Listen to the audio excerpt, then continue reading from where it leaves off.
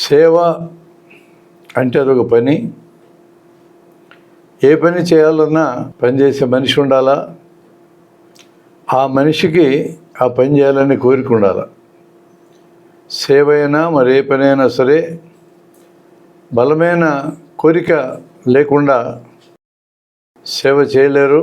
పనికి మనిషిని ప్రోద్బలం చేసేది కూడా ఎక్కడో అంతర్లీనంగా ఉండకూడదనమే.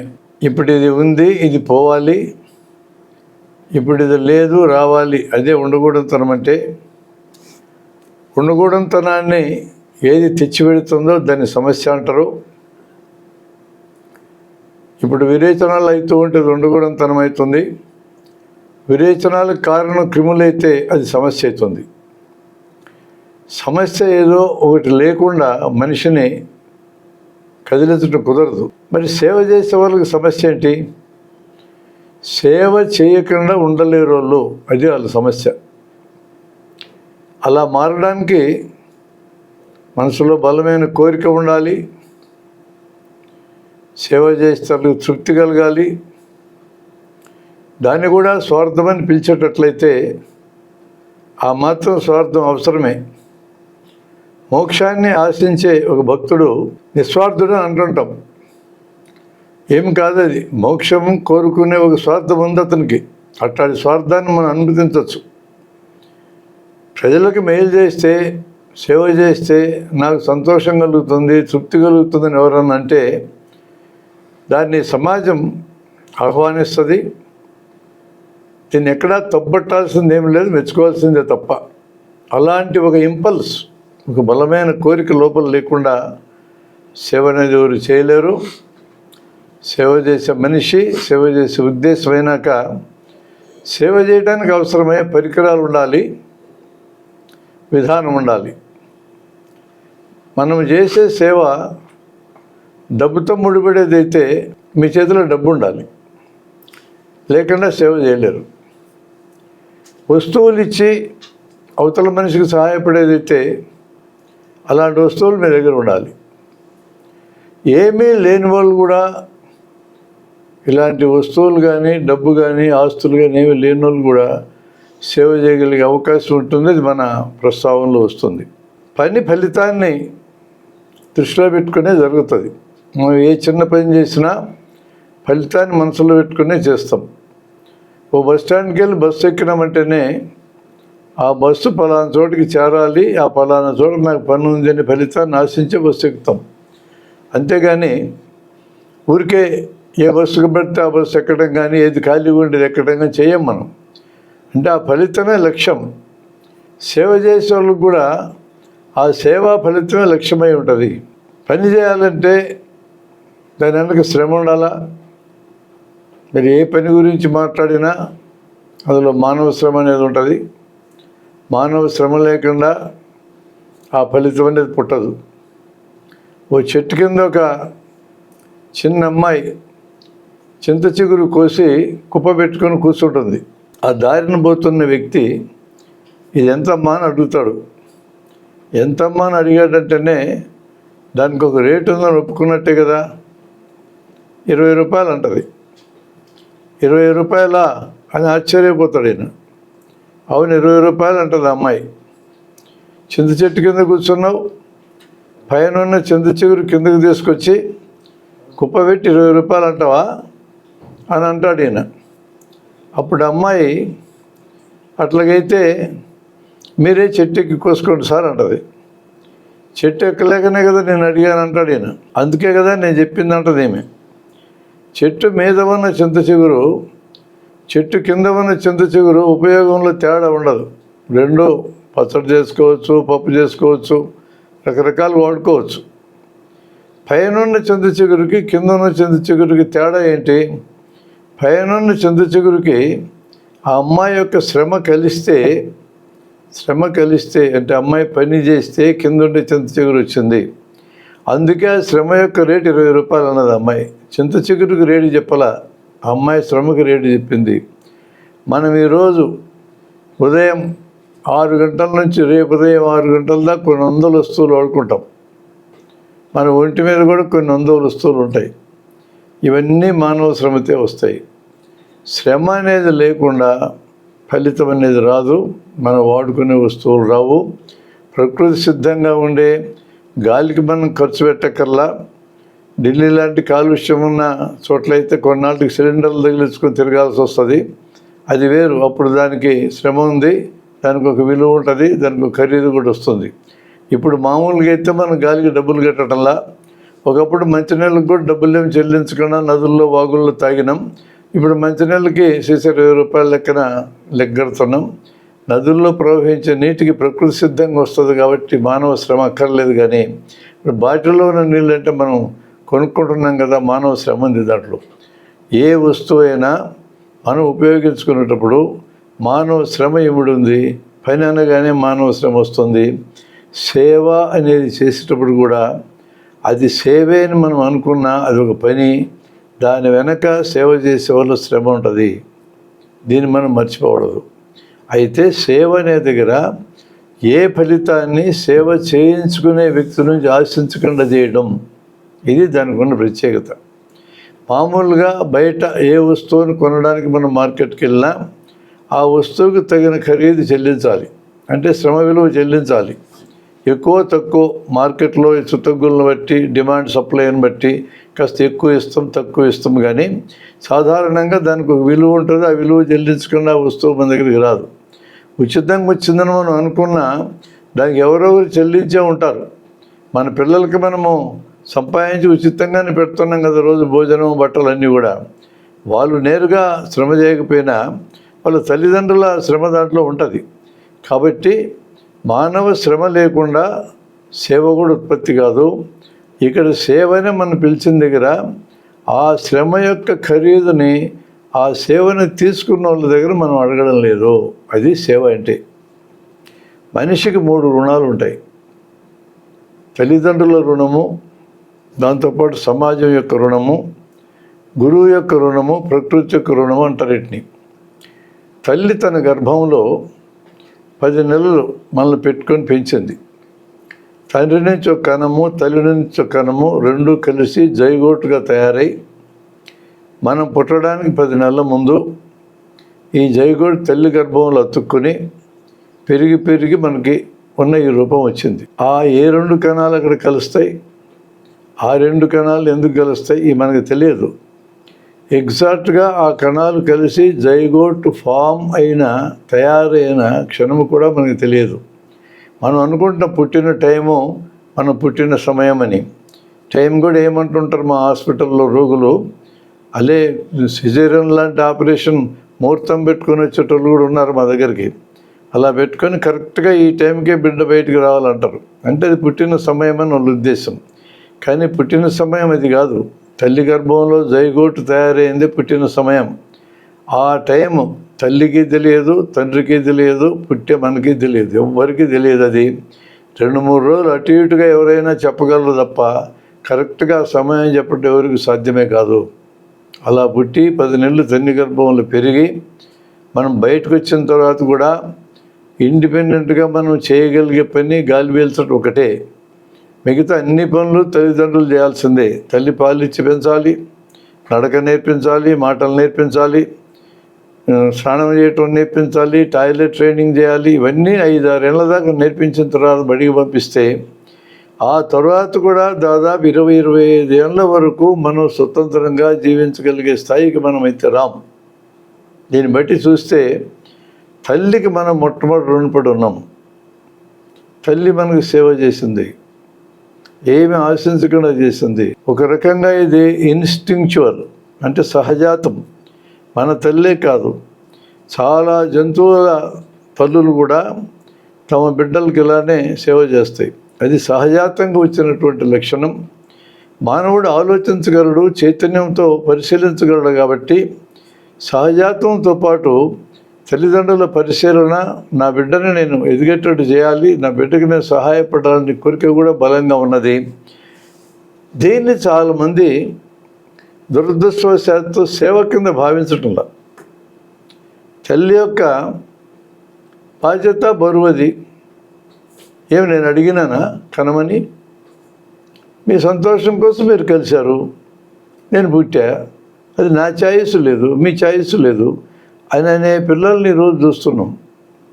కానీ తల్లి అంతగా ప్రేమతో, ఎటువంటి కండిషన్లు లేని ప్రేమతో తను కని పెంచినటువంటి బిడ్డలు తల్లిదండ్రులు ఆ విధంగా మాట్లాడడం న్యాయమేనా? ఆలోచించాలి. అలాంటి తల్లి రుణం ఎలా తీర్చుకోగలం మనం? తల్లి ఎలా స్వార్థం లేకుండా నిస్వార్థంగా ఓ బిడ్డని జన్మనిచ్చి పెంచి పెద్ద చేసిందో, ఆ బిడ్డ ఎటువంటి బిడ్డగా మారుతాడో, పెద్ద అయిన తర్వాత గొప్ప మనిషి అవుతాడో, దుర్మార్గుడు అవుతాడో కూడా తెలియదు ఆమెకి. ఏమైనా తల్లి ప్రేమిస్తూనే ఉంటుంది. సమాజంలో ఉండే రూల్స్ను బట్టి కొన్ని సందర్భాల్లో ప్రేమించకపోవచ్చు దుర్మార్గాలు చేస్తే, కానీ మొత్తం మీద బిడ్డ మీద ప్రేమ అయితే తల్లికి ఉంటుంది. దాన్ని తిరిగి తీల్చుకునే మార్గం ఒక మార్గం అయితే, తిరిగి తల్లిదండ్రులకు సేవ చేయగలమా? ఇది ఒక మార్గం. సేవ చేయటం అంటే రకరకాలు ఉంటుంది. అందులో అవసాన దశ వచ్చినప్పుడు ఫిజికల్ సేవ కావచ్చు. ఫిజికల్ సేవ చేసే మనిషిని ఒకరిని పెట్టి ఆ మనిషికి మనం డబ్బిచ్చి ఆమెను కాపాడుకోవచ్చు. ఈరోజు అట్లా లేదు. మా పిల్లలు ఎదగాలనుకుని కోరుకునే తల్లిదండ్రులు గొప్ప చదువులు అందిస్తున్నారు. 10th క్లాస్ దాటిన తర్వాత బిడ్డలను తమ దగ్గర ఉంచుకోవడం లేదు. 10th క్లాస్ లోపల కూడా కొంతమంది ఉంచుకోవడం లేదనుకోండి.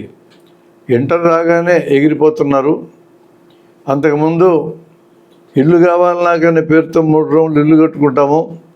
ఒకటి భార్యాభర్తలకి, ఒకటి కూతురు కొడుకని.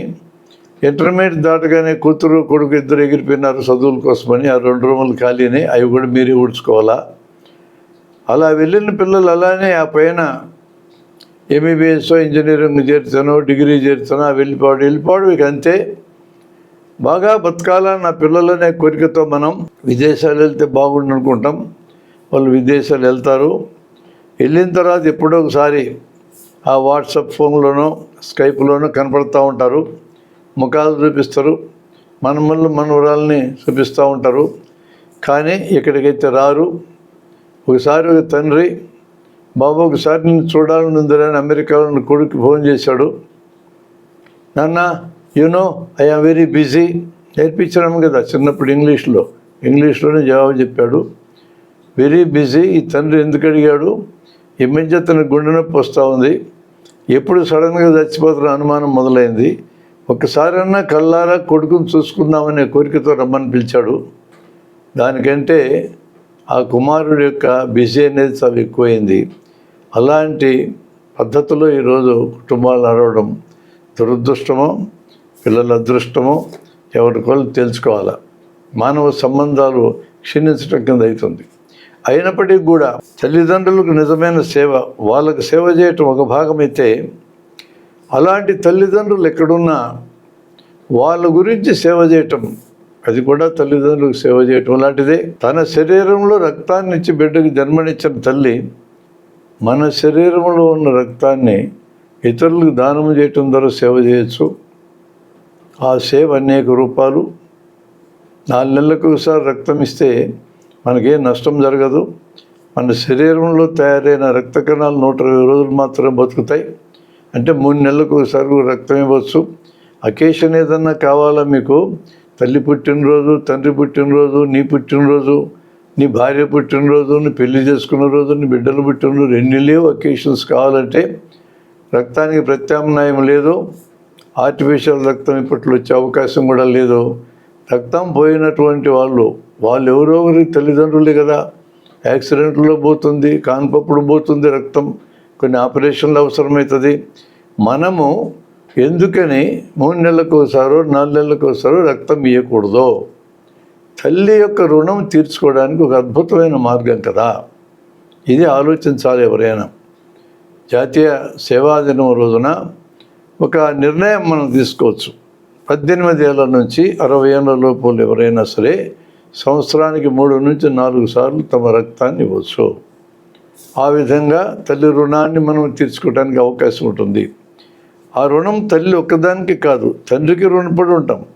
తండ్రి బయటికి కనపడ్డు, తల్లి కనపడుతుంది. బాధేస్తే ఏడుస్తుంది ఆమె. తండ్రి లోపల దాచుకుంటాడు. సరే, దాచుకొని టెన్షన్ తెచ్చుకొని, బీపీ తెచ్చుకొని, షుగర్ తెచ్చుకొని ఏమన్నా అవుతారంటే అది వేరే. కానీ తండ్రి బయటికి కనపడకుండా ఏడుస్తాడు, తల్లి బయటికి కనపడి ఏడుస్తుంది బాధ కలిగితే. ఆ తండ్రి రక్షణ ఇస్తాడు. తల్లి ఇచ్చే రక్షణ పుట్టుక దగ్గర నుంచి, పుట్టుక ముందు నుంచి స్టార్ట్ అవుతుంది. తండ్రి ఇచ్చే రక్షణ పుట్టిన తర్వాత మొదలవుతుంది. తల్లిని కూడా సంరక్షించుకుంటాడు ఆయన. ఆ విధంగా తల్లికి తండ్రికి రుణపడి ఉన్నాం. కుటుంబంలో ఇతర సభ్యులకు కూడా న్యాయంగా అయితే మనం రుణపడే ఉన్నాం. ఈరోజు ఉమ్మడి కుటుంబాలు లేవు. ఉమ్మడి కుటుంబాలు ఉన్న కాలంలో అనేక మంది పిల్లలు ఒకే ఇంట్లో ఉండేవాళ్ళు, ఒకరికొకరు బాసటగా ఉండేవాళ్ళు. చిన్నాన్నలు, పెదనాన్నలు, పెద్దమ్మలు, చిన్నమ్మలు అందరూ ఉండేవాళ్ళు. వీళ్ళందరూ కూడా ఒకరికొకరు సహాయపడటం ద్వారా వాళ్ళందరికీ కూడా మనం రుణపడి ఉంటాం. ఈరోజు ఆ సమిష్టి కుటుంబాలు మాయమైపోయినాయి. వేస్ట్ కుటుంబాలు ఈ కాలం యొక్క లక్షణము. కాబట్టి వ్యక్తిగత కుటుంబాలు వచ్చినాయి. కాబట్టి నేను తల్లి తండ్రి గురించి ఎక్కువ మాట్లాడుతున్నా. సిబ్లింగ్స్గా ఉంటే అక్కో చెల్లెలు అన్నో తమ్ముడు ఉంటే వాళ్ళకి కూడా రుణపడ్డట్టే, వాళ్ళు కూడా మన ఎదుగుదలకు తోడ్పడుతున్నట్టే. ఇవేవి కాకుండా గ్రామాలు కానైతే ఇప్పటికీ గ్రామాల్లో పక్కింట్లో వాళ్ళ గురించి పట్టించుకుంటారు. అది సమాజం అంటాం దాన్ని. మన చుట్టూ ఉన్న గ్రామ సమాజం. గ్రామ సమాజంలోని జన్మందరూని స్నేహితులు, మిత్రులందరూ కూడా నీకు సహాయపడట్టే. వాళ్ళందరికీ కూడా నువ్వు రుణపడి ఉన్నట్టే. సిటీస్లోకి వచ్చినాక నీ పక్క అపార్ట్మెంట్లో ఉన్నోడు ఎవడో కూడా నీకు తెలియని పరిస్థితి వచ్చింది. కానీ గ్రామాలు ఇప్పటికి కూడా ఏ ఒక్కడి సమస్య అయినా ఊరంతా మాట్లాడుకునే పరిస్థితి అనేది ఉంది. ఇది సేవ చేయటం ద్వారా తల్లిదండ్రులు రుణం తెచ్చుకునే మార్గం. ఇక రెండవ రుణం గురువులకు ఉన్నది.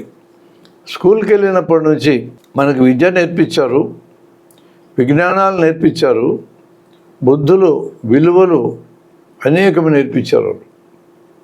ఈరోజు బిల్లని పరిస్థితి వచ్చినప్పటికీ కూడా టీచర్లకు తెలియకుండానే క్లాస్ రూమ్లోనే ఇవన్నీ నేర్పించడం సాధ్యమవుతుంది. గట్టిగా టీచర్ కానీ పూనుకుంటే ఒక 45 నిమిషాలు ఉన్న క్లాస్ రూమ్లో ఒక 5 నిమిషాలు పాఠం చెప్పకుండా జీవితం గురించి చెప్పచ్చు. సరే, పాఠం 40 నిమిషాలు వదిలేస్తున్నాం. నువ్వు ఎంత గొప్పగా పాఠం చెప్పినా ఫైనల్గా పరీక్షలు అయినాక ఇవేవి గుర్తుండవు, మొత్తం పోతాయి. 600కి 599 మార్కులు ఇచ్చిన అమ్మాయి పోయిన సంవత్సరం ఉంది. ఈ సంవత్సరం 600 మార్కులు ఇచ్చిన అమ్మాయి ఉంది. ఇంత బాగా చదివి మార్కులు తెచ్చుకుని పిల్లల్ని అభినందిద్దాం. కానీ ఒక 2 ఏళ్ల తర్వాత ఈ పిల్లలకి 10th క్లాస్ పరీక్షలు మళ్ళా పెడితే ఎన్ని మార్కులు వస్తాయి? మన విద్యా విధానంలో గ్రహించడం, గుర్తుపెట్టుకోవడం, తిరిగి పరీక్షల్లో కక్కడం నేర్పిస్తున్నాం తప్ప అంతకంటే మించి నేర్పించటంలా. అంతవరకు నేర్పించాం, మార్కులు తెచ్చుకుంటున్నారు, తర్వాత మర్చిపోతున్నారు. మళ్ళీ నెక్స్ట్ ఇయర్ ఏ సబ్జెక్ట్ వస్తే అది గుర్తుపెట్టుకుంటున్నారు. పర్మనెంట్గా గుర్తుపెట్టుకునే అవకాశం లేదు. మనం సరిగా ఆలోచించడం కానీ నేర్పించేటట్లయితే, సరిగా ఊహించడం నేర్పించేటట్లయితే మన పిల్లలకి అద్భుతాలు సాధ్యమవుతాయి. సరిగా ఆలోచించడం నేర్పకపోతే మూఢనమ్మకాలు ఉన్న వాళ్ళు తయారవుతారు. ఈరోజు చదువుకున్న వాళ్ళలో ఉన్నంతమంది మూఢనమ్మకాలు కలిగిన వాళ్ళు మరి ఎక్కడ నీకు కనపడరు. నమ్మకాల గురించి నేను మాట్లాడటం లేదండి, మూఢనమ్మకం గురించి మాట్లాడుతున్నా. నమ్మకాలు జీవిత అవసరం, వాటి గురించి ఎవడు ప్రశ్నించడు. మూఢనమ్మకం అంటే ఇది తప్పని రుజువైందో దాన్ని ఒప్పని ఎత్తన పెట్టుకున్నా, ఏది ఒప్పని రుజువైతే తప్పని ఎత్తన పెట్టుకున్నా మూఢనమ్మకం అవుతుంది. అలాంటి నష్టం కలిగిస్తే కానీ వాటి గురించి మాట్లాడుతున్నాం. ఊహించడం నేర్పకపోతే నష్టం ఏంటంటే 90 ఏళ్ల క్రితం సివి రామన్కి, ఇక్కడ జీవిస్తున్న సైంటిస్ట్కి సైన్సెస్లో ఒక్కసారి నోబెల్ వచ్చింది. ఆ తర్వాత నోబెల్ ప్రైజ్లే రాలే. ఊహించడం నేర్పకపోతే జరుగుతుంది. ఈ అన్నిటినీ టీచర్ వాస్తవంగా క్లాస్ రూమ్ నేర్పగలడు. 5 నిమిషాలు పాఠం చెప్పడం ఆపేసి జీవితం గురించి ఎన్నో విషయాలు రకరకాల కథల రూపంలో పిల్లలకి చెప్పచ్చు. అలా చెప్పే టీచర్లు ఇంకా ఉన్నారు. ఎవరి మాట ఎందుకంటే ఏమీ చెప్పుకొని ఉండేవాళ్ళు ఉన్నారు. ఏదో ఇచ్చినారు, జీతాలు ఇచ్చినారు కాబట్టి టైం టు టైం బడికెళ్ళి పాఠం చెప్తే చాలు అనుకున్న వాళ్ళు ఉన్నారు. కానీ పిల్లలంటే ప్రేమ ఉన్నవాళ్ళు, పిల్లల భవిష్యత్తు గురించి ఆరాటపడేవాళ్ళు, వీళ్ళు నిజమైన సేవకులు. అంటే ఇలాంటి సేవాతత్వం కలిగిన టీచర్లు కూడా ఉన్నారు. వాళ్ళు 5 నిమిషాలను పక్కన పెడితే జీవితం గురించి ఆవిష్కరించగలరు. గురువు ఆ విధంగా మనకి బోధన చేస్తాడు, విలువలు నేర్పిస్తాడు, నైపుణ్యాలు నేర్పిస్తాడు, జీవితం గురించి ఆవిష్కరిస్తాడు. అది సేవ. జీతం కోసమే పనిచేసే వ్యక్తి అయితే జీతానికి ఎంత అవసరం అంత చేసి వెళ్ళిపోతాడు. ఈ టీచర్ జీతం కోసం చేసే ఆయన కాదు, జీతం కంటే మించి చేస్తున్నదాన్ని సేవాభావం అంటాం. ఈ సేవని మనం అందుకున్నాక మరి గురువు గారికి రుణపడి ఉన్నట్టే కదా లెక్క. ఈ రుణాన్ని మనం తీర్చుకునే మార్గం ఏంది? బెస్ట్ వే రుణాన్ని తీర్చుకోవటానికి ఉన్న మార్గం తిరిగి మనం చదువు చెప్పటమే, మనకు తెలిసిన విషయాలని తిరిగి ఇతరులకు నేర్పించడమే. దానివల్ల మనకు పోయేది ఏమీ లేదు, అవతల వ్యక్తులకు లాభం. ఒక స్కూల్లోనే బాగా చదువుతున్న విద్యార్థిని బాగా వెనకబడ్డ విద్యార్థికి మ్యాచ్ చేస్తాడు అనుకోండి టీచరు, ఈ బాగా వచ్చినోడు వెనకబడ్డోడికి చదువు చెప్పాలి. ఇది అక్కడ టార్గెట్. వెనకబడిన విద్యార్థి ఏదో మేరకు ఎదుగుతాడు, ఈ ముందున్నటువంటి విద్యార్థి తిరిగి చెప్పడం ద్వారా తనకి పర్మనెంట్గా సబ్జెక్ట్ గుర్తుంటుంది. ఒకసారి వింటే బాగా గుర్తుండదు, రాసిన దానికంటే తిరిగి చెప్పడం చాలా పవర్ఫుల్గా గుర్తుంటుంది. ఈ పద్ధతిని మెడికల్ కాలేజ్లో చేరిన తర్వాత నేను ఉపయోగించుకొని లాభపడ్డా. నేను 5 సంవత్సరాలు చదువు చెప్పా నా తోటి విద్యార్థులకి, నా సీనియర్లకి, జూనియర్లకి కూడా.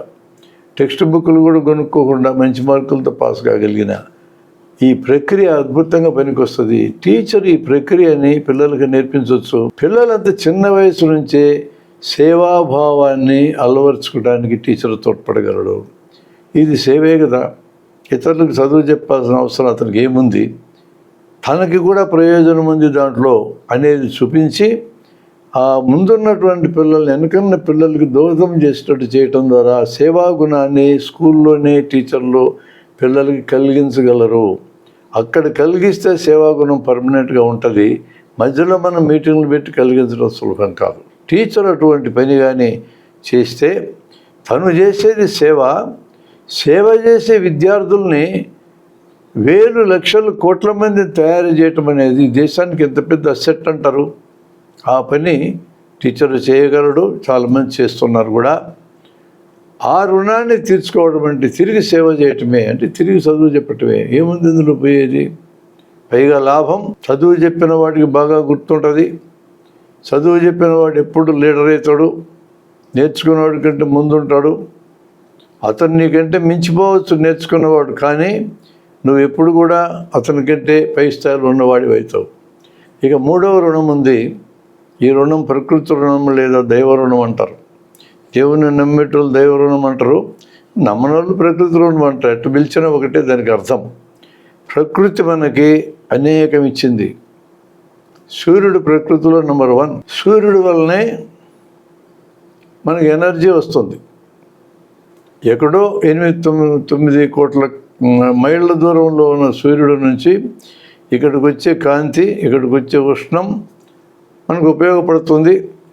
ఈ సూర్యరశ్మిని పత్రహరితం పచ్చగా ఉండి చెట్లు ఆడుకొని వాతావరణం నుండి కార్బన్ డైఆక్సైడ్ అని భూమిలోంచి నీటిని తీసుకుని పిండి పదార్థం తయారు చేస్తుంది. ఈ పిండి పదార్థాన్ని మనం తిని ఎనర్జీని సృష్టించుకుంటున్నాం.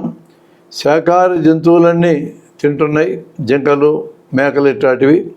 ఇలాంటి వాటిని తిని మాంసాహార జంతువులు బతుకుతున్నాయి. మనము శాకాహారం, మాంసాహారం మొత్తం అన్నిటిని టోకున్లాగి మనం బతుకుతూ ఉన్నాం.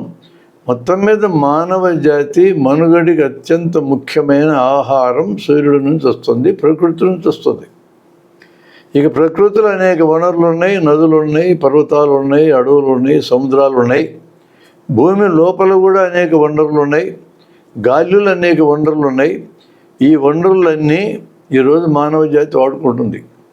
ఒకప్పుడు మానవుడు జంతువుల్లాగా జీవించిన కాలంలో జంతువులు ఏ విధంగా ప్రకృతిని ధ్వంసం చేయకుండా ఉపయోగించుకొని తమను తాము బాగుపరుచుకుంటూ ఉన్నాయో ఆ స్థితిలో మనిషి ఉన్నప్పుడు ఈ ప్రకృతికి ప్రమాదం జరగల. లక్షలేళ్ళు గడిచింది అట్లా. ఎక్కడో మొరాకోలో బయలుదేరిన ఈరోజు మనం మాట్లాడుకుంటున్న మానవ జాతి హోమోసెపియాన్స్ లక్షలేళ్ళు ప్రకృతికి ఏమి నష్టం జరగకుండా బతికారు. రక్షణ కోసము, ఆహారం కోసం వలసలు పోయినారు. హంటర్ గ్యాదరర్స్ అంటే కింద పడ్డ పళ్ళని సేకరించడం, కొన్నిసార్లు ఆకలి అయితే చెట్టు మీద ఉన్న పళ్ళు రాల్చుకొని తినడం, భూమిలోంటి దుంపలు ఎరుకొని తినడం. ఇది ఈ జీవితం లక్షలేళ్ళు నడిచింది. తర్వాత నెమ్మదిగా వేటాడటం నేర్చుకున్నారు. వేటాడటం అనేది కూడా ప్రకృతికి నష్టం కలిగించదు. మానవ జాతి సంఖ్య చాలా తక్కువ. ఇప్పుడు జంతువులు ఒకదాన్ని ఒకటి వేటాడకపోతే ప్రమాదం. మనకు అనిపిస్తుంది జింక సాధు జంతువు, పులి క్రూర జంతువు అని. ప్రకృతిలో జింకలు తిని పుల్లు బతకాల. పుల్లన్నీ తీర్మానించుకొని మేము కూడా గడ్డి తింటామని నిర్ణయం చేసుకున్నాయనుకో, ఇప్పుడు జింకలకి గడ్డి చాలదు, పుల్లుకి గడ్డి చాలదు. చివరికి జింకల పాపులేషన్ విపరీతంగా పెరిగి అడవులన్నీ దిగమింగి మన పంటను కూడా తినేస్తాయి. కానీ ప్రకృతిలో నియమం ఉంటుంది. నియమాన్ని ప్రశ్నించే హక్కు మనకేం లేదు. ఆ జంతువులు ఈ జంతువులు తినాలా, వీటిని ఇంకోటి తినాలి, వాటిని ఇంకోటి తినాలి. ఈ విధంగా ప్రకృతిలో వచ్చిన జంతువులు మళ్ళీ ప్రకృతిలో కలిసిపోతాయి. చివరికి మనిషి కూడా జంతువు అనుకుంటే ప్రకృతిలో వచ్చినాం, మళ్ళీ ప్రకృతిలో కలిసిపోతాం అంతే. కానీ మనిషికి చేతనే కాకుండా చైతన్యం ఉన్నది. లైఫే కాకుండా, ప్రాణమే కాకుండా కాన్షియస్నెస్ ఉన్నది. ఆ చైతన్యం ఉన్న కారణంగా మనల్ని గురించి మనం అర్థం చేసుకోవడం సాధ్యమైంది. సాధ్యమైనటువంటి మనిషి ప్రకృతి మనకు అందించిన అవకాశాలకి తిరిగి ఆ రుణాన్ని తీర్చుకునే మార్గం ఏంటంటే ప్రకృతిని జాగ్రత్తగా వాడుకోవాలి, పర్యావరణ హితంగా బతకాలి. పర్యావరణ హితంగా బతకటం అంటే ఈరోజు అడవులను అడ్డగోలుగా ధ్వంసం చేస్తున్నాం, నదుల్ని కాలుష్యం చేస్తున్నాం. మూసీ నది ఏగెత్తి పెట్టిందో తెలుసు, కర్నూలు హంద్రి నది ఏగెత్తి పెట్టిందో తెలుసు. నదులన్నింటినీ ఆక్రమించేస్తున్నాం. నీళ్లు పోవడానికి దారి లేక పట్టణాలు వరదలు వస్తూ ఉన్నాయి. ఇదంతా మనం చేసిన పనే. వాతావరణాన్ని కాలుష్యం చేస్తున్నాం, ఓజోన్ పొరకు రంధ్రం పెట్టినాం. కాస్మిక్ కిరణాలు భూమి మీద వచ్చి పడి మనుషుల చర్మాలు క్యాన్సర్ రాకుండా కాపాడే ఓజోన్ పొరను మనం రంధ్రం పెట్టాం మన యొక్క ప్రవర్తనతో. ఈ భూమి అంతా నాది అనుకుంటున్నాం. ఈ భూమి మీద గెస్ట్గా వచ్చిన సంగతి మర్చిపోయినాం. గెస్ట్గా వచ్చినోడు గెస్ట్గా మర్యాదగా వెళ్ళిపోవాలి బయటికి, అంతే. అంతేగాని గెస్ట్గా వచ్చి ఇల్లంతా నాది అనొచ్చా? భూమి అంతా నాది అంటున్నాం. ప్రకృతిని అడ్డగోలుగా నాశనం చేస్తున్నాం. భూమిలో ఉండే ఖనిజాలన్నీ కాజేయాలి. ఖనిజాలు కాజేయడానికి ఎవడు అడ్డం పడితే తను చంపేయాలి. ఇంత సంపాదించి ఏం చేస్తారు? 100-200 రూమ్లో ఉన్నాడు ఏమవుతాడు? చివరికి పిల్లికి బిచ్చం పెట్టడు, రూపాయి ఇవ్వడు దానం కింద. కోట్లు పోగేసుకుంటాడు, లక్షల కోట్లు పోగేస్తారు, 1000 కోట్లు పోగేస్తారు, వాళ్ళు అప్పులు ఎగ్గొడతారు బ్యాంకులకి, చివరికి చచ్చిపోతారు. తెలుసుకోవాలి మనం ఏంటి, మన పొజిషన్ ఏంటి. దీనికి అద్భుతమైన కథ టాల్స్టాయ్ చెప్పాడు. మనిషికి భూమి ఎంత కావాలని. భూమి కావాలని ఒక వ్యక్తి భగవంతుడి గురించి తపస్సు చేస్తే, మనకైతే మన భగవంతుల్లో బ్రహ్మ విష్ణు మహేశ్వరుల్లో ఈశ్వరుడు బాగా లిబరల్. ఆయన ఎవరు అడిగినా టక్కని ఇచ్చేస్తాడు. ఆయన వచ్చేసి ఏం కావాలో నీకు అన్నాడు. అవును సార్, నేను రైతుని, భూమి అంటే నాకు చాలా ఇష్టం, నాకు భూమి కావాలన్నాడు. ఎంత భూమి కావాలరా అన్నాడు. చాలా కావాలి స్వామి అన్నాడు. చాలా అంటే ఎంత చెప్పరా, నువ్వు ఎక్కడ పడితే అక్కడ భూమి అడిగితే కుదరదు. అమరావతి ఏరియాలో భూమి అడగకు, చాలా డేంజర్ అక్కడ. విశాఖపట్నం కూడా ప్రమాదం, అడగగాకు. నేను కర్నూలు దగ్గర అడుగుతాలే సార్, చాలా పొలాలు ఖాళీగా ఉన్నట్టుంది అన్నాడు. సరే ఇస్తా, తీసుకో అన్నాడు. రేపు ఉదయమే రా, నువ్వు పొద్దు పడిచే టైంకి ఇక్కడ ఉండాలా, పొద్దుగుకేదాకా నువ్వు ఎంత దూరం పరిగెత్తుతో ల్యాండ్ మొత్తం లీదే అన్నాడు. ఏముంది ఈశ్వరుడికి? ఆస్తుల్లో పాస్తుల్లో ఇల్లు కూడా లేదు, శ్మశానంలో జీవించట ఆయనకి ఆస్తి మీద ఏం ప్రేమ ఉంటుంది? ఏదో ప్రేమ ఆస్తి మీద పెంచుకున్నాడు కానీ గడికి ఇస్తాం అనుకున్నాడు, ఇచ్చేసాడు అంతే ల్యాండ్. పొద్దు పొడవక ముందు వచ్చేసాడు మనోడు. ఈశ్వరుడు కూడా రెడీగా ఉన్నాడు. ఇక నేను ఉరుకుతా స్వామి అన్నాడు. కొంచెం ఆగరన్నాడు ఆయన. నీకేమి స్వామి మస్తు చెప్తావు, శ్మశానంలో బతికి తోలుగట్టుకొని బుడ్డు పూసుకొని తిరిగేటోడికి నాకు ఆస్తి కావాలా, భూమి కావాలా, నీకంటే ఆశలా, నాకు ఆశ ఉంది కదా అన్నాడు. అదేరా నేను చెప్పబోతాను, కొంచెం ఆగన్నాడు. ఆగితే ఎకరాల పోతే స్వామి అన్నాడు. నేను చెప్పేది వినరా ముందు. నువ్వు పరిగెత్తేటప్పుడు ఆకలి అయిందని టిఫిన్కి ఆగిన అనుకో 1 ఎకరా పోద్దనే, తినలే అన్నాడు. భోజనానికి ఆగినవంటే ఎకరా పోద్దు అన్నాడు. అయితే భోజనం చేయాలి అన్నాడు.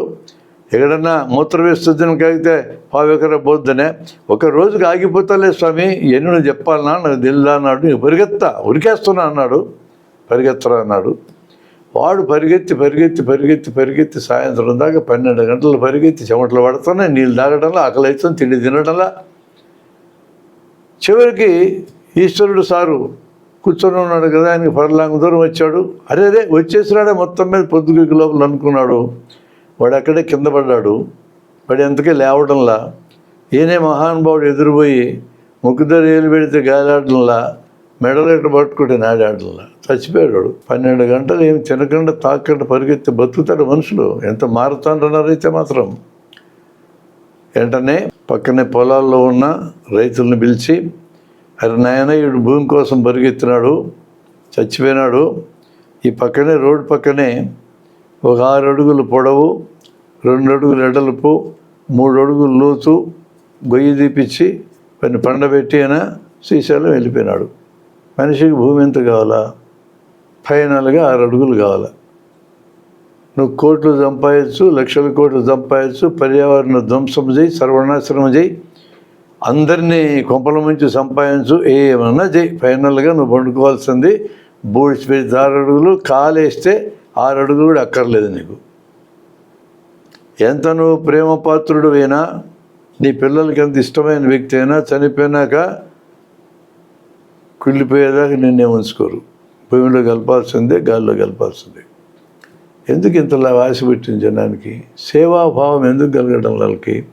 ఇట్లాంటి కథలు వాళ్ళకి చెప్పాలా, పోతారా కొడుకలారా మీరంతా అని. పిల్లలకి నేర్పాలివి, పెద్దోళ్ళు నేర్చుకొని వీటిని దయచేసి గమనించండి.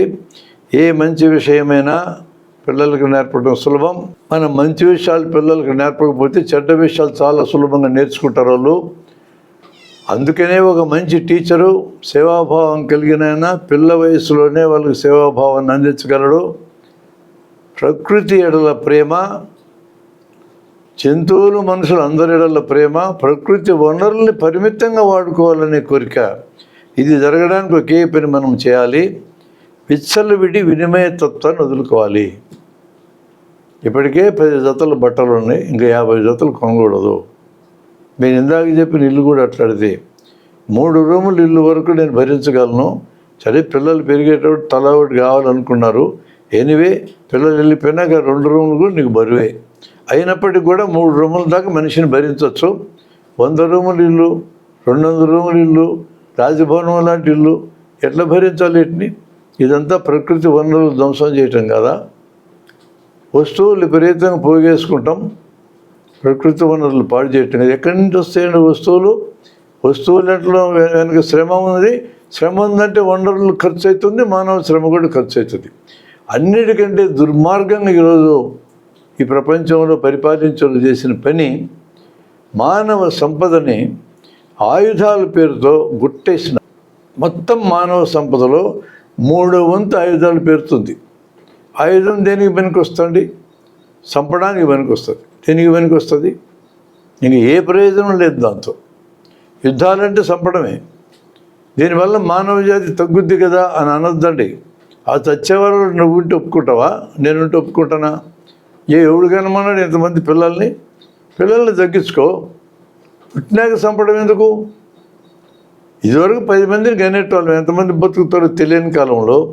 ఇప్పుడు ఒకరిద్దరికి పరిమితమైనాం కదా. ఒకరిద్దరికి పరిమితమైతే జనాభా అడ్డుగోలుగా పెరగదు. కాబట్టి జనాభా ఎక్కడొచ్చో స్టెబిలైజ్ అయిపోతుంది. ఇప్పటికే పశ్చిమ దేశాల్లో తల్లి తండ్రి ఇద్దరికి 1.1 పిల్లలు పుడుతున్నారు. 1.1 ఎట్టు పుడుతున్నారు అడగచ్చు మీరు. అంటే 10 మంది కలిపి 11 మంది పుడుతున్నారని, ఒక బిడ్డ పుడుతున్నారని అర్థం. అట్లా అర్థం చేసుకోవాలి. మన దేశంలో కూడా దక్షిణ భారతదేశంలో 1.7 ఫర్టిలిటీ రేటు. అంటే 10 మంది భార్యలు 10 మంది భర్తలు కలిపి 17 మంది పుడుతున్నారు. ఉత్తర భారతదేశంలో 28 నుంచి 35 మంది పుడుతున్నారు. పెంచుతున్నారు జనాభాని. ఈ జనాభాని పెంచడం ఈ ప్రకృతికి చేసే అతిపెద్ద డిస్సర్వీస్, ప్రకృతికి చేసే నష్టం ఇది. కాబట్టి జనాభాను అదుపు చేయాలి. ప్రకృతి వనరులను కూడా మనం అడ్డుగోలుగా ఉపయోగించుకోవడం సరైన పని కాదు. కన్స్యూమరిజానికి వ్యతిరేకంగా మనం చెప్పాలి. ఈరోజు మనకున్న అలవాట్లు కూడా మీరు చూడండి, ఎట్లా ప్రకృతిని తీర్చుకోవచ్చు. ప్రకృతికి సేవ చేయటం అంటుంది దాన్ని. సేవనే కిందకే వస్తుంది. అది ప్రకృతికి సేవ చేయటం అంటే అడ్డుగోలు వాడుకోకుండా ఉండడమే. కూల్ డ్రింకులు ఉన్నాయి ఉదాహరణకి, రకరకాల పేర్లతో మార్కెట్లో దొరుకుతాయి. అందులో ఉండే సరుకు ₹1, దాన్ని మనకు అమ్మేది ₹15. మన అభిమాన నటుడు మహేష్ బాబు గారు 5 అంతస్తుల భవనం మీద దగ్గర కిందకు దూకుతాడు, థమ్స్అప్ పట్టుకుంటాడు. అంటే ఆయనకి దెబ్బ తగలదు, నటన కదా. ఇలా నటించినందుకు ఎంత 10 సెకండ్ల నటన 4 కోట్లు ఆయన పారితోషికం తీసుకుంటాడు. బాగానే ఉంది అంతవరకు. మనకేమొస్తుంది? కూల్ డ్రింక్ తాగితే ₹15 బొక్క, ఆయనకి 4 కోట్లు వస్తాయి. ఉండే సరుకు రూపాయి, ఒక్కొక్క బాటిల్ మీద ప్రచారానికి అయ్యే టోటల్ ఖర్చు 6 రూపాయలు, ఇక మిగిలేది 8 రూపాయలు, 15 రూపాయలు. 8 ఆ కంపెనీకి లాభం. అది కోకోకోలా కానీ, పెప్సికోలా కానీ, అంతర్జాతీయ బ్రాండ్స్, వాళ్ళకి లాభం. ఒక బాటిల్ మీద మన దేశం నుంచి 8 రూపాయలు వెళ్తాయి. అందులో ఉండే పదార్థాలు యాసిడ్స్, ఎంత పవర్ ఉన్న యాసిడ్స్ అంటే లెట్రిన్ కడగడానికి మనం వాడే యాసిడ్ కంటే పవర్ ఎక్కువ ఉంటుంది దీంట్లో. మీ ఇంట్లో లెట్రిన్ మరకలు పోకపోతే కూల్ డ్రింక్ పోయండి, శుభ్రంగా పోతాయి. అంత పవర్ ఉండే యాసిడ్ మనం పొట్టలో పోస్తున్నాం. అంత యాసిడ్ పొట్టలో పోస్తే పొట్ట ఏమవుతుంది? పొక్కిపోకుండా ఎలా ఉంటుంది? అదొక నష్టం. కిడ్నీస్ పాడవుతాయి, ప్యాంక్రియాస్ పాడవుతుంది. ఇన్ని అవయవాలు పాడు చేసుకోవడానికి ఈ అలవాటు దారితీస్తూ ఉంది. ఈ మిగిలిన డబ్బును వాళ్ళు ఏం చేస్తారు? పరిశ్రమలు పెడతారు. అతిపెద్ద పరిశ్రమ అమెరికాలో ఆయుధ పరిశ్రమే. ఆయుధ పరిశ్రమలు పెడితే ఆయుధాలు తయారు చేస్తారు వాళ్ళు. ఆయుధాలు అమ్ముకోవాలి. యుద్ధాలు ఉంటేనే ఆయుధ పరిశ్రమలు బతుకుతాయి. యుద్ధాలు చేసుకునేటోడు అవతలోడు యువతలోడు ఒక నష్టపోవచ్చు, కానీ ఆయుధ పరిశ్రమ ఎప్పుడు నష్టపోడు. ఇద్దరికీ సప్లై చేస్తారు వాళ్ళు. కొట్టుకొని సావండి అని చెప్తారు.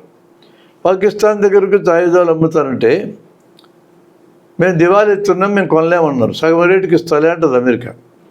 మరి అక్కడ ఎటు వచ్చాడు కదా రావలపిండి దాకానే ఢిల్లీకి వచ్చి అప్పటి మన ప్రధాని గారు మన్మోహన్ గారు ఉన్నప్పుడు అడిగితే ఆయన చాలా చక్కగా గాంధీ పుట్టిన దేశం, బుద్ధుడు పుట్టిన దేశం, శాంతి కాముకులం మేము ఆయుధాలు కొనమన్నాడు ఆయన. ఆ వచ్చినాడు మహా తెలివిగల్లోడు. ఇప్పుడే పాకిస్తాన్కి అమ్మొచ్చినాడు. అయితే మేము కొంటాములే అన్నాడు ఆయన. ఇప్పుడు మనం కొనడంలా విపరీతంగా మన ప్రజలందరూ కష్టపడి సంపాదించిన సంపదలు ఎంత భాగం పోతా ఉంది ఆయుధాల కోసం. చుట్టూ ఉండే దేశాలతో సఖ్యత లేకపోతే ఆయుధాల సంఖ్య పెరుగుతుంది.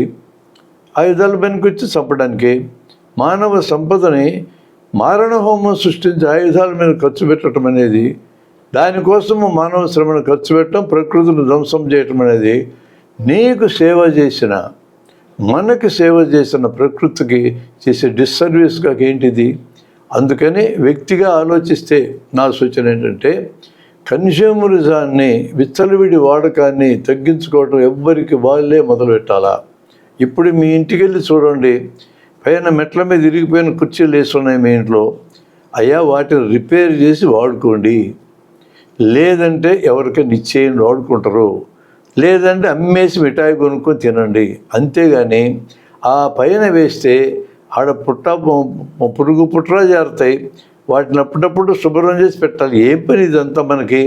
మన ఇంట్లో కూడా బట్టలు చాలా ఉంటాయి, మనం వాడకుండా మూలన పెట్టుంటాం. వాటన్నిటిని ఎవరికైనా ఇచ్చేయచ్చు కదా. ఒకసారి వంటగదిలోకి వెళ్ళండి, ఎంత సామాను ఉందో. నిజంగా అంత సామాను అవసరమా? ఏం చెప్తారు? ఎవరైనా గెస్ట్ వస్తే పెట్టాలి కదా. ఎప్పుడు ఆ గెస్ట్ వచ్చి తగలబడేది? వాడు వస్తే 4 పళ్ళాలు ఎక్స్ట్రా ఉంటే 40 పళ్ళాలు ఎందుకు పెట్టినాం? ఆలోచించుకోవాలి మనం. ప్రకృతికి సేవ చేయాలి. సేవ అంటే మనుషులకి అనుకోకండి. ఇప్పుడు 3 రకాల రుణాలు, 3 రకాల సేవల గురించి మీ ముందు నేను చెప్పా. ప్రకృతికి సేవ చేయటం, కన్స్యూమరిజం తగ్గించుకోవటమే. అలా తల్లిదండ్రుల రుణం, గురువు రుణం, ప్రకృతి రుణం తీర్చుకునే క్రమమే సేవ చేయటం. అంటే మనం ఏమీ తిరిగి ఆశించకుండా చేయటం, మనల్ని బతికించిన, మనల్ని నిలబెట్టిన వాటికి తిరిగి మనం అందించటం. మనకి ఎంత వచ్చిందో అంత ఇవ్వాల్సిన అవసరం లేదు, అంత ఇవ్వడం కూడా సాధ్యం కాదు. అంత ఇవ్వాల్సిన అవసరం లేదు. ఎందుకంటే మన శరీరంలో పుట్టే శ్రమ చేయగలిగే శక్తి ఉంటుంది. ఈ శక్తిని ఖర్చు పెట్టి శ్రమగా మార్చితే మనం ఖర్చు పెట్టిన శ్రమ చేయగలిగే శక్తి కంటే ఎక్కువ ఉత్పత్తి జరుగుతుంది. ఇది ప్రకృతి నియమం. కాబట్టి మనకి ఇతరులు ఎంత పెట్టినారో అంత తిరిగి ఇవ్వక్కర్లా. అందులో 10వ వంతు తిరిగి ఇచ్చినా కూడా ఈ మానవ జాతి గౌరవంగా అద్భుతంగా బతుకుతుంది. అలా ఇవ్వడము అనేదాన్ని మనం నేర్పాలి. దానము చేస్తారు కొంతమంది. దానం అంటే మనకి ఉపయోగించుకోగా మిగిలిన దాన్ని ఇతరులకు ఇవ్వడం. త్యాగం అంటే మనకు అవసరమైన దాన్ని కూడా తగ్గించుకొని ఇతరులకు ఇవ్వడం. నేను త్యాగాలు చేయమని మిమ్మల్ని అడగడం లేదు. అపారమైన త్యాగాలు చేయటం కూడా ఈ సమాజం బతకడానికి ఉపయోగపడదు. దానం చేయండి, సేవే. ఇతరులకు అవసరం ఉంది, నీకు అవసరం లేదు, దాన్ని దానం అంటాం. కొంతమంది అప్పిస్తారు. అప్పు ఇవ్వడం అంటే తిరిగి ఇవ్వాలి దాన్ని, వడ్డీతో సహా. ధర్మ వడ్డీలను ఉన్నాయి, రూపాయి 2 రూపాయల వడ్డీలు. రూపాయి వడ్డీకి అవసరమైన వాడికి ఇవ్వడం, అది కూడా ఒక రకమైన సేవే నన్ను అడిగితే. అవతలవాడికి అవసరం ఉంది, చేతిలో డబ్బు లేదు, నీకు అవసరానికి మించి ఉంది, నువ్వు ఇవ్వగలవు. నువ్వు ఒక పద్ధతిలో నీకు నష్టం కలగని రీతిలో అప్పు ఇవ్వడం కూడా సేవే నన్ను అడిగితే. త్యాగం అతిపెద్ద సేవ. అన్నిటికంటే ముఖ్యమైనది ప్రాణమే కదా మనిషికి. ప్రాణాలే త్యాగాలు చేసిన వాళ్ళు ఉన్నారు ఈ భూమి మీద అనేక మంది, ఇతరుల కోసం త్యాగాలు చేసిన వాళ్ళు. అంతంత త్యాగాలు చేయమని సాధారణ మానవుని అడగక్కర్లేదు. నీ వాడుకోగా మిగిలిన దాన్ని అవసరమైన వాళ్ళకి ఇవ్వండి. ఒక రోడ్డు మీద ఒక ముసలమ్మ దాటలేక ఉన్నది. అయ్యో దాటలేక ఉంది, ముందుకు వెళ్ళబోతుంది, కారులు వస్తాయి, వెనక్కి దగ్గుతూ ఉంటుంది. ఈమె రోడ్డు ఎప్పటికైనా దాటగలదా లేదని మనకు అనిపిస్తుంది. ఒక కుర్రోడు చుట్టు పెంచుకొని ఉన్నాడు, చెవులకు పోగులు పెట్టుకొని ఉన్నాడు. ఏంటి ఇట్టున్నాడు విచిత్రంగా అనుకుంటాం. ఈ కాలం ఫ్యాషన్లు అవి. టక్కన ఆమెను చేత పట్టుకున్నాడు, చేతులు అడ్డం పెట్టేశాడు బండ్లన్నిటికీ, దాటి అవతలకి వెళ్ళిపోయినాడు. ఒక్కసారి ఆ కుర్రోడి ముఖం చూడండి, ఆ కళ్ళల్లో వెలుగు చూడండి. ఇతరులకి చిన్న సేవ చేసిన మనిషికి ఎంత తృప్తి వస్తుందో మీరు గమనించండి. తృప్తి కోసం చేస్తున్నాడు. ఆ ముసలం ఇతరులకి ఏమిస్తుంది? దాన ధర్మాలు చేయటం కూడా సేవే, అన్నదానం చేయటం కూడా సేవే, ఏదైనా ఇవ్వడం సేవే. అత్యంత పెద్ద సేవ ఏది అనే చర్చ మనం పెట్టుకుంటే సేవ చేసేటోళ్ళు తయారు చేయటం అతిపెద్ద సేవ. ఇతరులు తమంతట తాము బతకడానికి తోడ్పడడానికి, మనం ఏదన్నా చేస్తే బతకటం కాదు, అసలు ఇంకొకరు ఏదైనా సేవ చేస్తే బతికే పరిస్థితులు మనుషులు ఎందుకు ఉండాలి? అసలు ఒకరు సేవ తీసుకోవాల్సిన పరిస్థితులు మనుషులు ఎందుకు ఉండాలి? ఎవరికి వాళ్ళే తమ జీవితాలను చక్కదిద్దుకునేటట్టు అవసరమైన తెలివితేటలు, అవసరమైన విద్య, అవసరమైన ఉపాధి కల్పించుకునేటట్టు మనం ఎందుకు తోడ్పడకూడదు? బిగ్గెస్ట్ సర్వీస్ చేయటం కాదు, సర్వీస్ చేయాల్సిన అవసరం లేకుండా ఎవరికి వాళ్ళే తమకు తామే సర్వీస్ చేసుకోవటం నేర్పించడం అతిపెద్ద సేవ. అది గురువు మనకు దారి చూపించినాడు. దాన్ని మనం ఎందుకు చూడకూడదు? మన రైల్లో ప్రయాణం చేస్తాం, మన ఎదురుగా కూర్చొని ఎవరో మనకు తెలియదు, మనం తినడానికి ఏమన్నా తీసుకుంటాం, వాళ్ళకి కూడా ఆఫర్ చేస్తాం. వాళ్ళు తీసుకుంటారా లేదా వేరే విషయం, కానీ మనం ఆఫర్ చేస్తాం. అంటే మనం తినగా మిగిలింది కావచ్చు అది, లేదా మనం తినాలనుకున్నదాన్ని త్యాగం చేయొచ్చు. ఇట్లాంటి ఆహార త్యాగాలు ఉపయోగకరమైనవే. ఎందుకంటే మన దేశంలో ఇప్పటికీ తిండి సరిగా దొరకని వాళ్ళు 30% ఉన్నారు. వాళ్ళకి ఆహారం అందిస్తే నిజంగా వాళ్ళకి ఉపయోగం. తిండి ఎక్కువగా దొరికేటోళ్ళకి 30 మంది ఉన్నారు.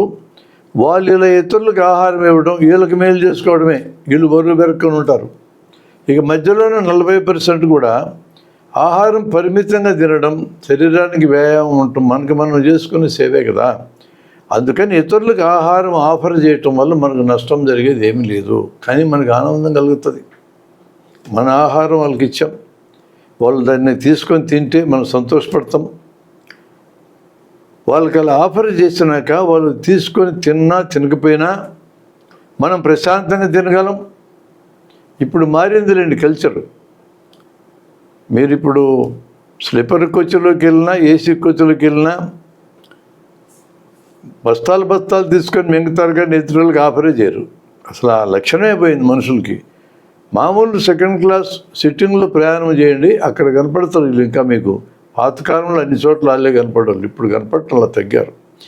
అంటే ఎంత దూరం మనిషి ఆలోచన పోయిందంటే, నేను, నా జీవితం, నా సంపాదన, నాకు డబ్బు, నా చుట్టే, మా అనేది లేదు, మన అనేది లేదు.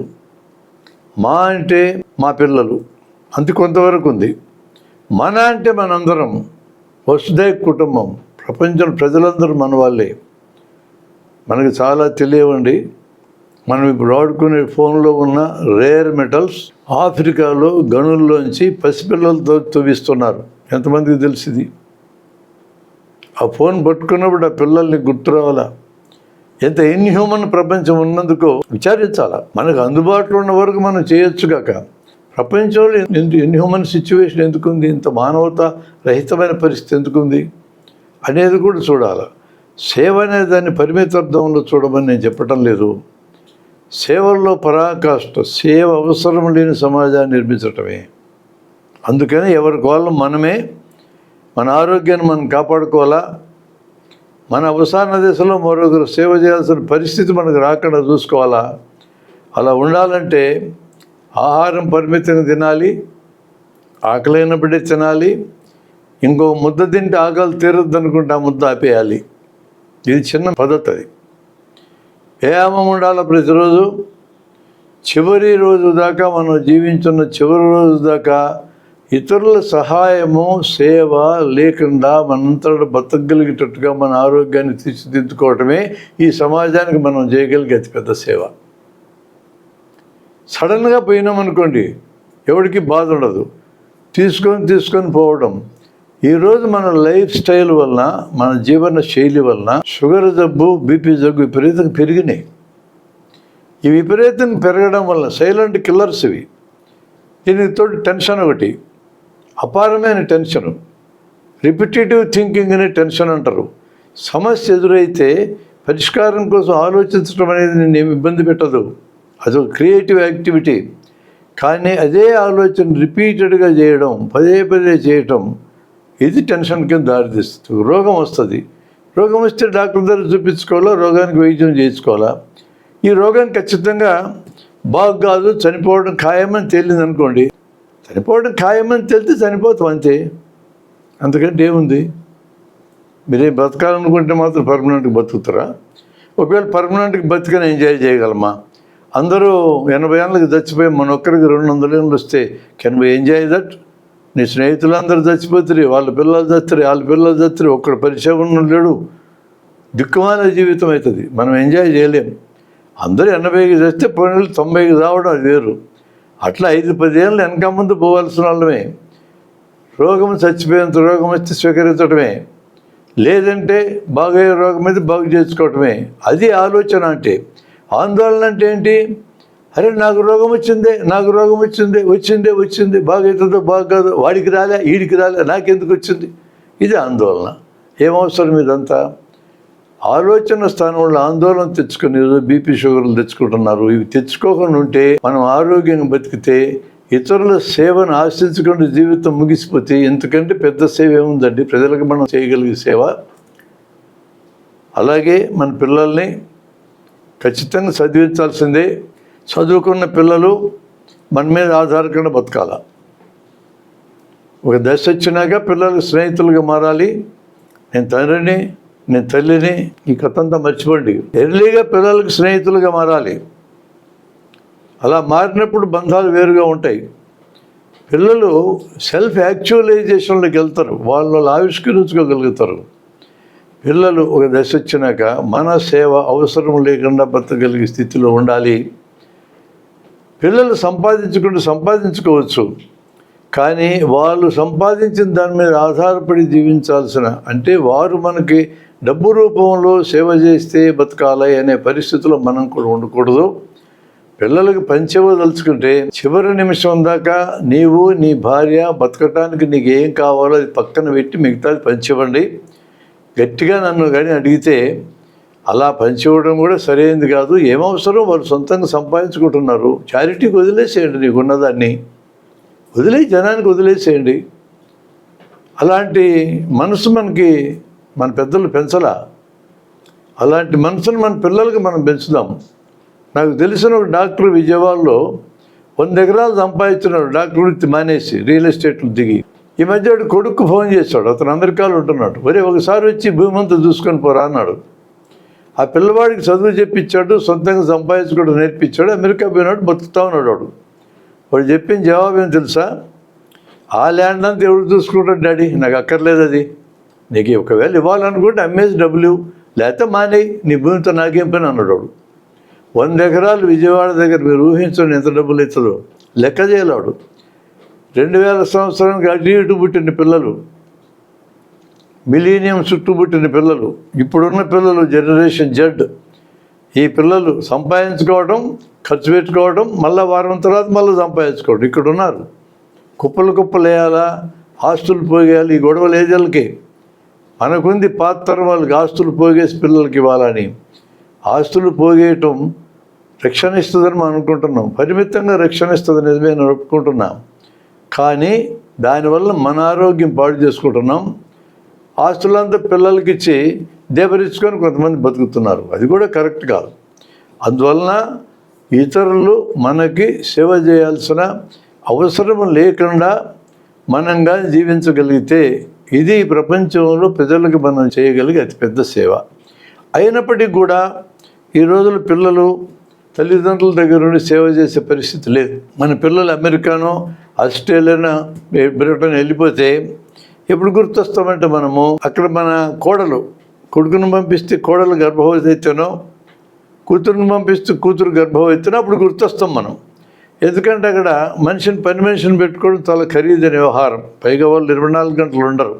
అప్పుడు మనం అక్కడికి వెళ్తే భర్త ఏమో గాలికి తిరుగుతూ ఉంటాడు వాకింగ్ గీకింగ్ అని, భార్య మాత్రం ఆ కూతురున్న కోడలను కనిపెట్టుకొని కానిపోయినాక బిడ్డ కొంచెం ఎదిగేదాకా చూసుకొని, ఖర్చు లేని సేవ కదా. అట్లాంటి వాటికి మనం గుర్తొస్తున్నాం. చూడు ఎంత దురదృష్టమో. తర్వాత గుర్తుండం. పైగా నువ్వు ఏదన్నా చెప్తే అంతా మీ పాతకాలం ఆలోచనలు డాడీ ఏమీ చెప్పగా మా పిల్లలకి మోడర్న్ థింకింగ్ కావాలి మా వాళ్ళకి అని అంటుంటారు. ఏంది మోడర్న్ థింకింగ్? తోటి వారిని పట్టించుకోవడం మోడర్న్ థింకింగ్ కదా. తోటి మనుషులతో మనం కలిసి జీవించాలి, వాళ్ళ గురించి మనం స్పందించాలి, ఎంపతి ఉండాలి, సింపతి కాదు ఎంపతి ఉండాలనుకోవటం మోడర్న్ థింకింగ్ కదా. ఇవన్నీ ఆలోచించడాలు. ఎవడెట్లా పోతే నాకెందుకు, సంపాదించుకొని బాగోవాలి, నేను సంపాదించుకోవాలి, ఏమన్నా నాకు అనవసరం. విన్ ఓన్లీ విన్, గెలవడం ఒక్కటే జీవితానికి పరమావధి అనేది నసాలాలకు ఎక్కినటువంటి ఈ కాలంలో ఈ ఆలోచన వదులుకోవటమే సేవలు అతిపెద్ద భాగం. డబ్బు చాలా అవసరం. డబ్బు చేసే పనిని మరి ఏది చేయలేదో, కానీ డబ్బు చేయలేని పనులు ఉన్నాయి. డబ్బు చేయలేని పనుల్లో సేవ అతి ముఖ్యమైనది. హ్యాపీ హార్మోన్స్ రిలీజ్ అయితే సేవ చేస్తే, స్నేహం, మిత్రత్వం, ప్రేమ ఇవన్నీ డబ్బు చేసే పనులు కాదు. సెరోటోనిన్, డోపమిన్, ఆక్సిటోసిన్, ఎండార్ఫిన్స్, వీటిని హ్యాపీ హార్మోన్స్ అంటారు. ఇవి మన మెదడులో తయారైతే హ్యాపీగా ఉంటాం. జీవితానికి పరమావధి ఏది అంటే హ్యాపీగా బతకటమే. డబ్బు సంపాదించు, ఆస్తులు సంపాదించు, వస్తువులు సంపాదించు, ఫైనల్గా all of them shall lead to happiness. నీ జీవిత ధ్యేయం ఏదని ఎవరినైనా అడిగితే ప్రశాంతంగా సంతోషంగా ఉండడమే. అది నీకు రావడానికి డబ్బు కంటే డబ్బు చేయలేని పనులు ఉన్నాయి. ఆ పనులు మిత్రత్వం, స్నేహము, ప్రేమ ద్వారా జరుగుతాయి, సేవ ద్వారా జరుగుతాయి. అందువలన ఎక్కువ కాలం బతకాలన్నా, ఆరోగ్యంగా బతకాలన్నా, టెన్షన్ లేకుండా బతకాలన్నా సేవ చేయటం ఒక్కటే ఉత్తమమైన మార్గం అన్న అభిప్రాయం. ఈ కాలంలో బయట దేశాల్లో పిల్లలు వచ్చి తల్లిదండ్రులకు సేవ చేయటం జరగదని గుర్తించినాక సేవా బ్యాంక్ అనేది తయారైంది. సేవల బ్యాంకు దాని పేరు. మనం వయసులో ఉండి ఇతరులకు సేవ చేయగలిగినప్పుడు మన ఎవరి తల్లిదండ్రులు కాదు, ఎవరుంటే ముసలోళ్ళు, అవసరమైన వాళ్ళకి సేవ చేసి ఇన్ని గంటలు సేవ చేసినామని నమోదు చేసుకుంటాం. ఇది బ్యాంకులో రికార్డ్ అవుతుంది. రేపు మనకి సేవ చేయించుకోవాల్సిన అవసరం మనకు ఏర్పడితే ఈ బ్యాంకులో మనం దాచుకున్న సేవ ఉంది కదా, ఇన్ని గంటల సేవ, ఇంకొకటి ఎవడన్నా వచ్చి మనకు సేవ చేస్తారు. ఒక రకంగా అద్భుతమైన ఐడియా ఇది నా అభిప్రాయంలో. ఎందుకంటే మన పిల్లలే మనకు సేవ చేయాలంటే మన పిల్లలు మన దగ్గర ఉండరు, చేస్తారో తెలియదు.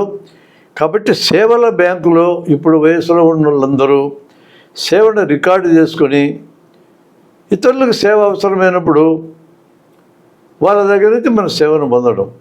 ఇతరులకు అవసరమైనప్పుడు మనం చేస్తాము, మనకు అవసరమైనప్పుడు బ్యాంకులో పొందుతుంది. ఇది కొత్త కన్సెప్ట్. ఇది ఇట్లాంటి ఆలోచనలన్నీ చేయాల్సిన అవసరం ఎందుకు వచ్చిందంటే, ఒకప్పుడు సంబంధాలు బలంగా, మానవ సంబంధాలు బలంగా ఉన్న కాలంలో అదొక బాధ్యతగా, అదొక విధిగా భావించి ఇంట్లో ఎవరికైనా ఆరోగ్యం బాగాలేకపోయినా, ముసలితనం వచ్చినా, మంచం మీద పడి ఉన్నా, అక్కడే ఒంటికి దొడ్డికి పోయినా సేవలు చేసేటోళ్ళు. కానీ ఈరోజు అంత ఓపిక ఎవరికి లేదు, అంత కోరిక ఎవరికి లేదు. ఈ మారిన పరిస్థితుల్లో సేవల బ్యాంక్ అనే కన్సెప్ట్ కూడా మంచిదేనేమో అని నేను భావిస్తూ ఉన్నా. కాబట్టి మిత్రులరా, సేవ అనేది ఒక పని అంటే మానవ శ్రమ ఉంటుంది. అత్యంత ఉత్తమమైన సేవ. ఇతరుల సేవ చేయించుకోవాల్సిన అవసరం లేకుండా మన బతుకులు మనం తీర్చిదిద్దుకోవడం ఉత్తమమైన సేవ. అయినప్పటికీ కూడా మనం రుణాలు చేసినాం, తల్లిదండ్రులకు రుణపడి ఉన్నాం, ప్రకృతి రుణపడి ఉన్నాం, గురువులకు రుణపడి ఉన్నాం. ఈ రుణాన్ని తీర్చుకునే క్రమంలో మనం చేసే పనిని సేవ అంటాం. మనం చేయగలిగే, కష్టం లేకుండా చేయగలిగే సేవ రక్తదానం, చనిపోతే కార్యాదానం. ఒకవేళ యాక్సిడెంట్లో చనిపోయి బ్రెయిన్ డెడ్ అయితే రాసిచ్చిపోదాం ముందే, నా శరీరంలో 9 అవయవాలు ఇతరులకు ఇవ్వచ్చు, ఇతరుల్లో మనం జీవించవచ్చు. పునర్జన్మ మీద నమ్మకం ఉంటే ఈ పని చేయండి. దేనికి పనికి రాకుండా ఒకవేళ మరణించిన వైద్య కళాశాలకి మన బాడీ ఇచ్చేయాలా. 6 నెలల నుంచి సంవత్సరం విద్యార్థులు చదువుకుంటారు. చచ్చిపోయినా కూడా సేవ చేయొచ్చు. మనం చనిపోయినాక సంవత్సరం దాకా సేవ చేయొచ్చు. చదువు నేర్పచ్చు. చదువు నేర్పడం అద్భుతమైన సేవ. నా మిత్రుడు ఒకడు జంపా కృష్ణకిషోరుని మరణిస్తే పిరమనే సిద్ధార్థకి బాడీ ఇప్పించాం, ఆయన 2 కూతురు నచ్చ చెప్పి. ఇంకా బాడీ అక్కడే ఉంది, చదువు ఇంకా మొదలుపెట్టలే చెప్పటం. మేము అలాంటి వయసు వచ్చినటువంటి 70 ఏళ్ళు దాటిన వాళ్ళం ఇప్పుడు 50 మందితో సంతకాలు పెట్టించినాం. కర్నూలు మెడికల్ కాలేజ్కి మా శవాలను ఇవ్వాలని మా పిల్లలందరితో సంతకాలు పెట్టించినాం. ఎందుకు అటువంటి సేవ మనం చేయకూడదు? ఎన్ని రకాలుగా ఇతరులకి ఒక్క దమ్మిడి మనకు ఖర్చు కాకుండా తోడ్పడగలిగే అవకాశం మనకిస్తే ఎంతకంటే గొప్ప అదృష్టం ఏమన్నా ఉందా మన జీవితాలకి? ఆలోచించమని నేను మనవి చేస్తూ ఉన్నా.